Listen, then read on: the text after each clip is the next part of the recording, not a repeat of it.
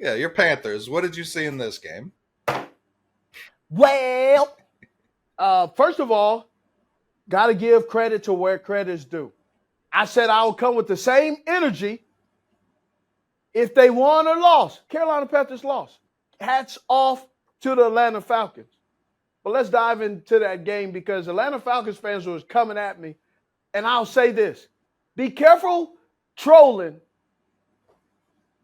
that you troll a check that your quarterback can't cash, buddy. Because at one point, my man was in the third quarter, 8 for 11 for 24 yards. I had to use a calculator because my quick math was like, no, you lying. You got to be lying. 8 completions for 24 yards. Do you know what that is per reception? I believe that's a crisp 3 yards. Not a 3.2, not a 3.5 where you rounded up to 4. Bro. And did you see Arthur Smith saying a lot of words I cannot say? He was rolling his eyes, side-eyeing, hissing. He did not look like he was enjoying passing the football. No. And all these people talking about, if I haven't seen a hater as big as Steve Smith, so Steve Smith was hating on Drake London? Less receptions than Desmond Ridder had. Less receptions.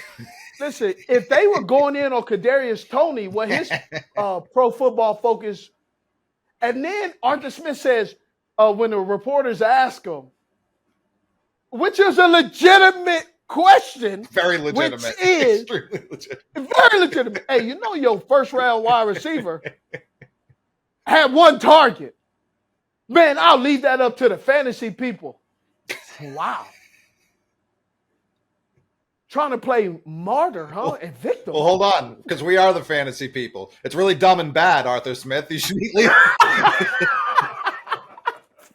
Continue. Yeah, that's all there is to it. It's simple and plain. Well, either don't take them, you know what I mean, take something else, or throw them the ball. And I understand you're cool. So, hold on.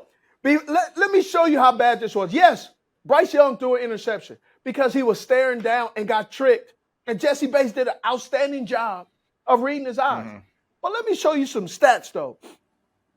Most games with 150-plus yards, age 24 or younger, there's a list. There's a statistical list. Hall of Famer, Randy Moss, Lance Allworth, Hall of Famer, Isaac Bruce, Hall of Famer. So there's statistics, and there's things that we look at and to say, man, I really like this player. And the fact that your QB1 is on the struggle bus. You think you can win a lot of football games and the playoffs with having the longest pass of the game came darn near in the fourth quarter? And it wasn't like a 56. Right. It wasn't 75. It wasn't even 62. It was 39 yards, bro, to your tight end. Well, at least they drafted that tight end in the 6th round, something like that. No, that was Kyle Pitts. Oh, right. They took him over at Jamar Chase. That's right. Yeah. But my point is, I know some people were at the Atlanta game and the fans in the stands was complaining, man, we took him over Justin Fields. So all y'all Atlanta Falcons fans talking about I was trolling for a reason. Who threw it? Bryce Young threw 2 interceptions. But I'm going to tell you right now, I'll take a quarterback who the coaching staff ain't scared to allow him to keep playing football. You showed me that y'all do not have faith in Desmond Ridder. And I don't care what you say. This is not personal. This is a pattern. Yeah, no, but I mean, if Algier and Bijan are going to be able to do what they do, bowlers. Yeah, it may not matter a ton. Now, they have a ceiling, like a very hard ceiling, and it was a similar ceiling in 5'6". Tennessee. Yeah, exactly. It was a very similar ceiling when it was Derrick Henry in Tennessee under Arthur Smith. They're not going to be able to take that next step until they upgrade a quarterback. I don't. Listen to this. Okay, Bryce Young, opening drive, Panthers looked great. Mm-hmm. Okay, couldn't finish. Well, he was 6 for 9 for 57 yards. I'm just letting that resonate because first of all, I'm not happy watching that game because what I learned from that football game is the Atlanta Falcons and the Carolina Panthers, based off week 1 right now. When I look at the teams that are 1-0 and 0-1, when I look at the Carolina Panthers, Atlanta Falcons, I put them in the middle of the road. And I put the Atlanta Falcons, if it's baseball, a game and a half ahead of the Carolina Panthers. Yeah. That's it. No, not a game and a half, a half a game. A half a game ahead for the Carolina Panthers because you have had the second most new players on your defense.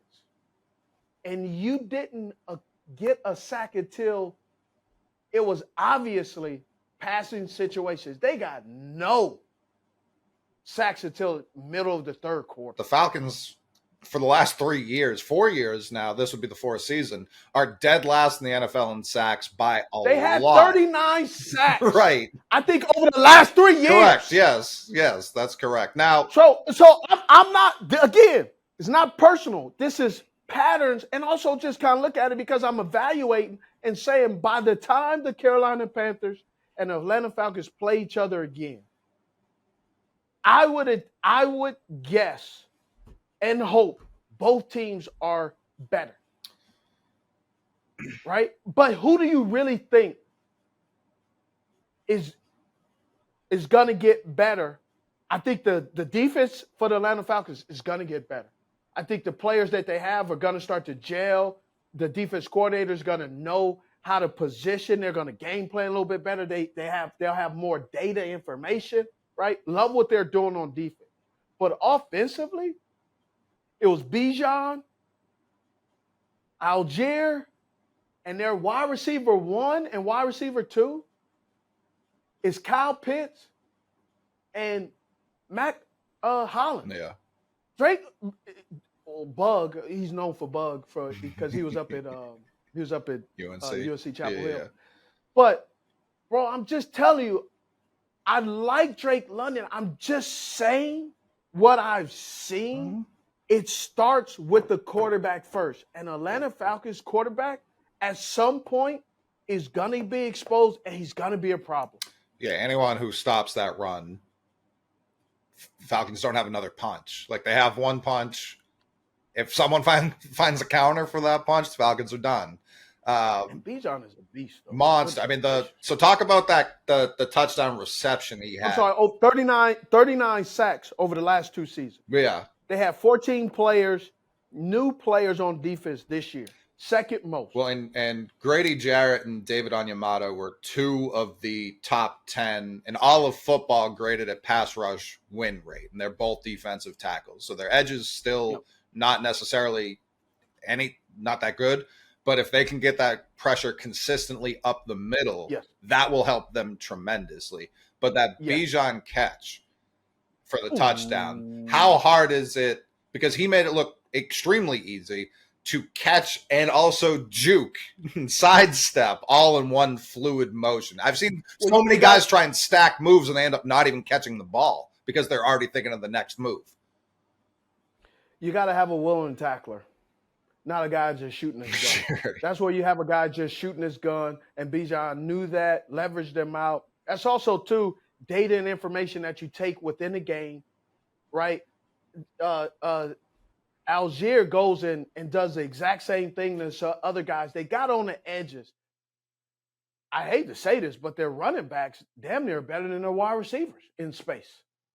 And I have to say, for both teams. Honestly, on Sunday. Yeah. For both teams, right? But I know the Carolina Panthers are missing their vertical threat with DJ Chark. Yep. right? It just made things extremely difficult. Red zone for the Panthers, man, 57% last year. They got to increase that. But one of the things that I think I was impressed, offensive line actually didn't play as bad as people thought. They did pretty good. They kept those guys stout. The only part that really was telling is they still are not communicating with the switches. When they run some kind of game, they're late to the party. And so that puts guys in bad positions, which potentially leads to holding. So that was a problem. But man, let me go. Let's dive deep into this. First of all, Chuba Hubbard at one point was averaging 7 yards a carry, but averaged pretty much 5 yards a carry. He was running the football pretty good. Mm-hmm. Mm-hmm. I mean, I was pretty impressed with this 1-2 punch with Sanders and Hubbard. But man, in the first half, near the first half, time of possession, 16:51 to Atlanta's 8. Third down, 60% on third down with an average of 6.2 yards to go on third down. That's not good. No. And yet you're getting us at a 60% conversion rate. That's not. So I'll keep going. Passing yards, 86. Rushing, 52. The Atlanta Falcons had 58 yards rushing.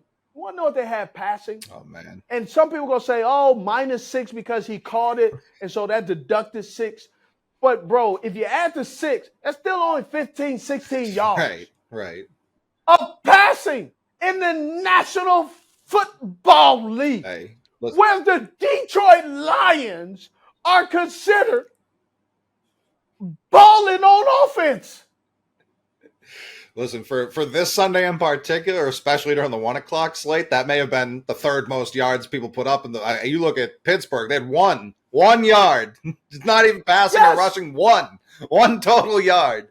So, yeah, that, if not good by any stretch. So Atlanta had 9, though. They had 9. Oh, man. They were running all over the place. Bro, third down, 25%. The one glaring thing, the one turnover.